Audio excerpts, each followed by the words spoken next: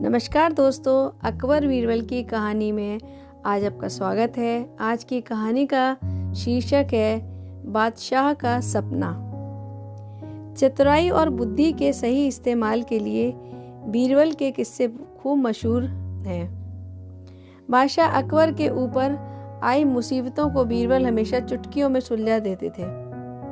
सिर्फ असल जिंदगी की परेशानी ही नहीं बल्कि बादशाह के सपनों की गुत्थियों का जवाब भी बीरबल के पास होता था। ऐसा ही एक किस्सा है बादशाह के अजीब सपने का। आइए आपको सुनाते हैं पूरी कहानी। एक बार की बात है जब बादशाह अकबर गहरी नींद से अचानक उठ गए और फिर रात भर सो नहीं सके।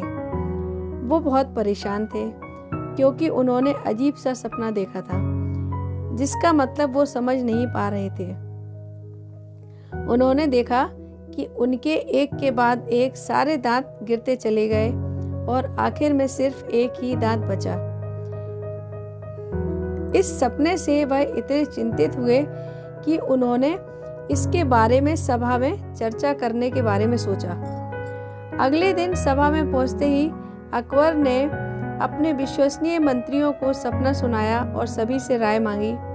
सभी ने उन्हें सुझाव दिया कि इस बारे में किसी ज्योतिष से बात करके सपने का मतलब समझना चाहिए। बादशाह को भी यह बात सही लगी। अगले दिन उन्होंने दरबार में विद्वान ज्योतिषियों को बुलवाया और अपना सपना सुनाया। इसके बाद सभी ज्योतिषियों ने आपस में विचार विमर्श किया। फिर उन्होंने बादशाह से कहा, जहां पनाह, इस सपने का एक ही मतलब निकलता है कि आपके सभी रिश्तेदार आपसे पहले ही मर जाएंगे। ज्योतिषियों की ये बात सुनकर अकबर को बहुत गुस्सा आया और उन्होंने सभी ज्योतिषियों को दरबार से जाने का आदेश दिया। उन सभी के जाने के बाद बादशाह अकबर ने बीरबल को बुलाया और कहा, बीरबल, तुम्हारे अनुसार हमारे सपने का मतलब क्या होगा? बीरबल ने कहा, हुजूर, मेरे हिसाब से आपके सपने का मतलब यह था कि आपके सभी रिश्तेदारों में से आपकी उम्र सबसे ज्यादा होगी और आप उन सभी से ज्यादा समय तक जीते रहेंगे। इस बात को सुनकर बादशाह अकबर बहुत खुश हो गए। वहां मौजूद सभी मंत्रियों ने सोचा कि बीरबल ने भी ज्योतिषियों की ही बात को दोहराया है। इतने में बीरबल ने उन मंत्रियों से कहा, देखो, बस कहने का तरीका अलग था। बात को हमेशा सही तरीके से सामने रखा जाना चाहिए। मंत्रियों को इतना कहकर बीरबल सभा से चले गए। इस कहानी से हमें शिक्षा मिलती है कि किसी भी बात को बोलने का एक सही तरीका होता है।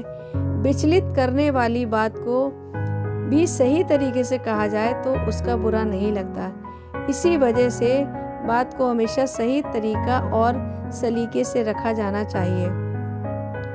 दोस्तों, ये कहानी यदि आपको अच्छी लगी हो तो इस वीडियो को लाइक व शेयर जरूर कीजिएगा व मेरे इस चैनल को ज़रूर सब्सक्राइब कीजिएगा। धन्यवाद।